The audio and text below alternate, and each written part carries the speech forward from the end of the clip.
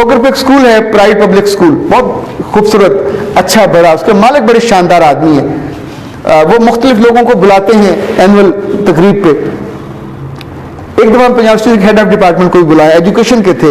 हम खाना खाने बैठे तो मैंने उनसे कहा कि सर कितने साल हो गए आपको पंजाब यूनिवर्सिटी में? 31 साल हो गए। तो मैंने कहा कितने लोगों ने आपको आइडियल बनाया?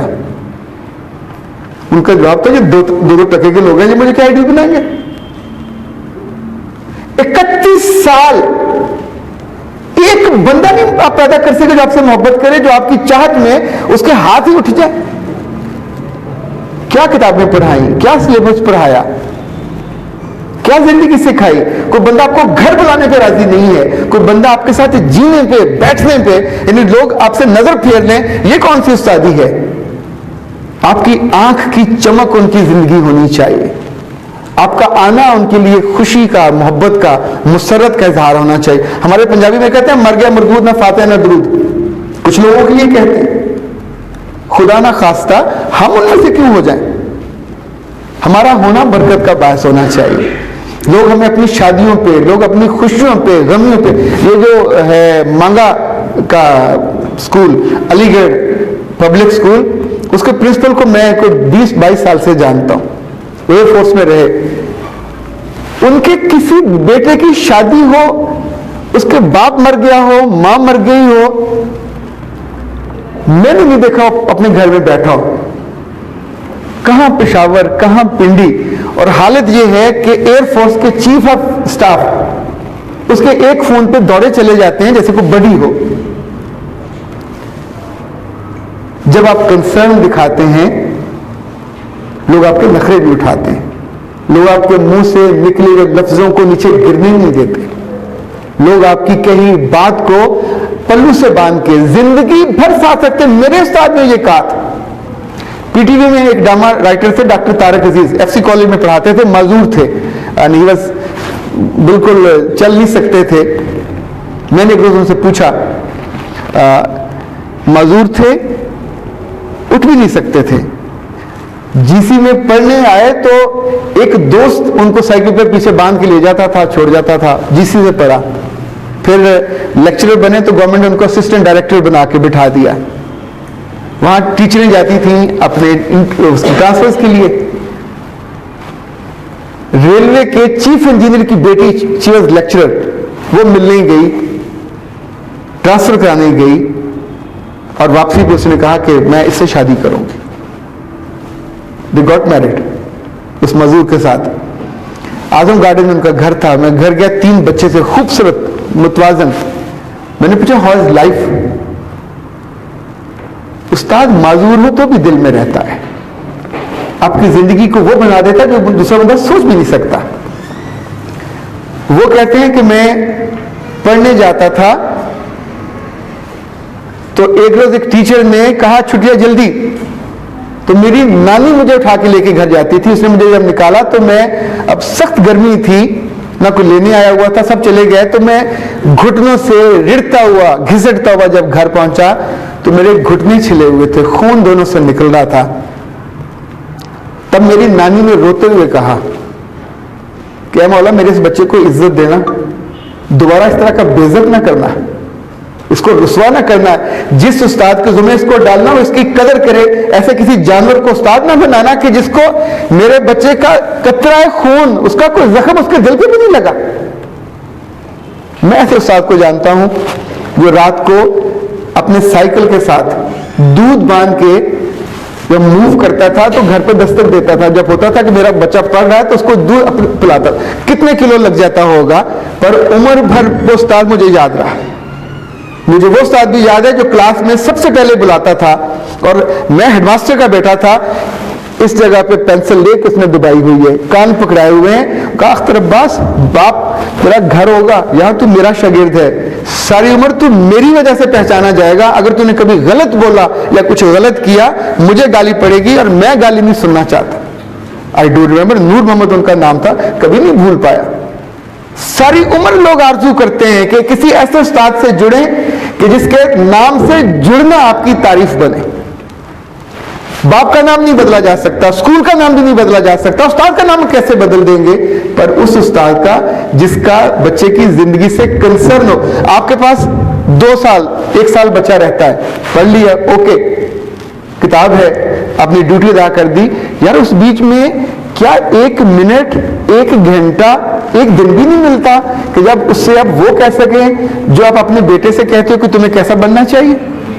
क्या उसको आप ये नहीं सिखा सकते कि उसे अपने बाप से कैसे इज्जत करनी चाहिए, उसे अपनी माँ से कैसे इज्जत करनी चाहिए? मेरा और आपका पढ़ाया हुआ हर बच्चा जो ही नौकरी पे जाकर लूटता क्यों है?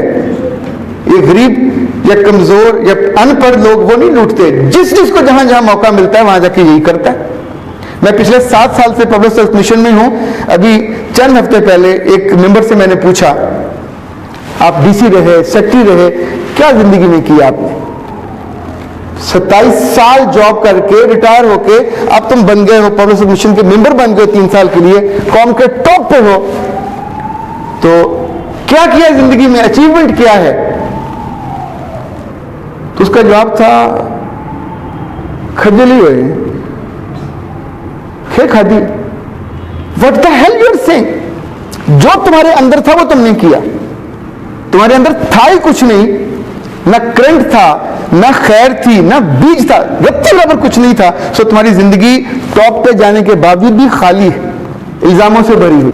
इसलिए जब आपके पास कुछ नहीं होता, मौका मिलने के बावजूद आप कुछ नहीं कर पाते। जिन बच्चों को आप पढ़ाते हो, इन सब में कहीं ना कहीं जाके लगना है, उसको विजुलाइज आपको करना चाहिए। आपको बता, लाइक आप सोचें, आपका पढ़ाया हुआ बच्चा बदनिगाह हो, बद किरदार हो, कितनी इज्जत आपकी होगी? हम पूरे 2 सालों में, 4 सालों में, 6 सालों में से ये नहीं सिखा सकते कि निगाह जो है ये इबादत का हुस्न, लज्जत सारी छीन लेती। खूबसूरती दूसरी की देखने की लिमिट है, और निगाह की पाकीज़गी अपने बच्चे की हो या किसी के बच्चे की, कौन सिखाएगा? कोई फरिश्ता तो आके नहीं सिखाएगा। जब जब उसको मौका मिले, करप्शन, जितने बच्चे पढ़ के अब जा रहे हैं, जब उनको मौका मिलता है करप्शन करते हैं, जब उनको मौका मिलता है प्राइवेट इदारों को लूटते हैं, सरकारी इदारों को लूटते हैं। अंदर से अज़्म ही ये होता है कि जाएंगे तो हाथ मारेंगे। कौन सिखाएगा? ये 400-500 सियासतदान गुनाहगार नहीं है, उनके चेहरे बदल दें, सिस्टम तो सारा चल रहा होता है। लाखों लोगों से एक एक बंदा वो कर रहा है जो नहीं करना चाहिए, क्योंकि हम उसको नहीं बताते कि तुम्हें ये नहीं करना, हम उससे वादा नहीं लेते कि तुम्हें ये नहीं करना, हम उसकी जड़ों में, रूट्स में ये नहीं डालते कि जब तुम्हारी बीवी आ जाए तो तब तुम्हें अपनी मां को डिसऑन नहीं करना। हर बच्चा कर रहा है। हम उसे नहीं बताते कि जब तेरा घर चलेगा, जिंदगी आएगी, तुमने अपने पार्टनर की इज्जत करनी है।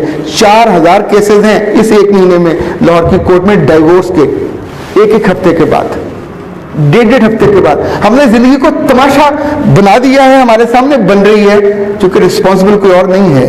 Please don't blame anybody. Responsible वो है जिसके जुम्मे था जिंदगी सिखाना। वो नहीं सिखा रहा, वो सिर्फ नौकरी करता है, और वो सिर्फ सिलेबस पढ़ाता है। पढ़ाना चाहिए, इससे तो मैं इनकार नहीं कर रहा, मैं तो बीच में चंद मिनट मांग रहा हूं।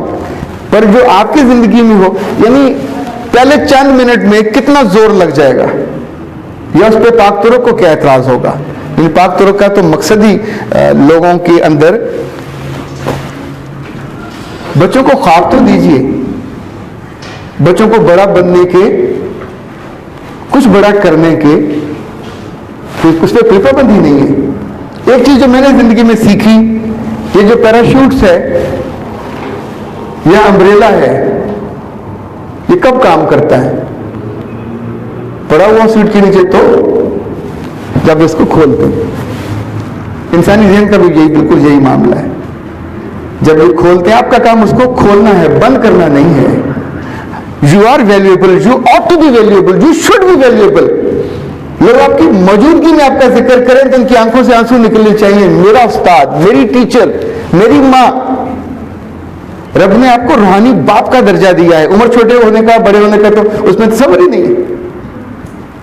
मैंने अब्दुल्लाह बिन अब्बास की बात बताई, बड़े बड़े जय्यद साहबा उनके पास आके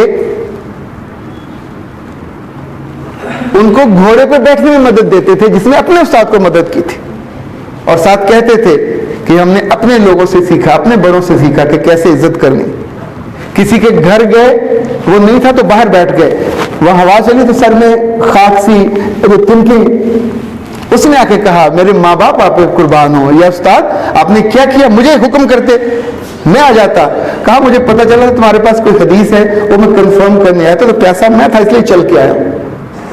ये जो आरज़ू है सीखने की उस्ताद के अंदर, वो उसको उस्ताद बनाती है। दुनिया भर में इतना इल्म, इतनी इंफॉर्मेशन है उस्ताद के बारे में, आप सोचें कि पूरी दुनिया उसको सर आंखों पर बिठा रही है, 10-10 करोड़ दे रही है। बेस्ट टीचर इंडिया से, ब्राजील से, अमेरिका से, किस किस मुल्क से नहीं।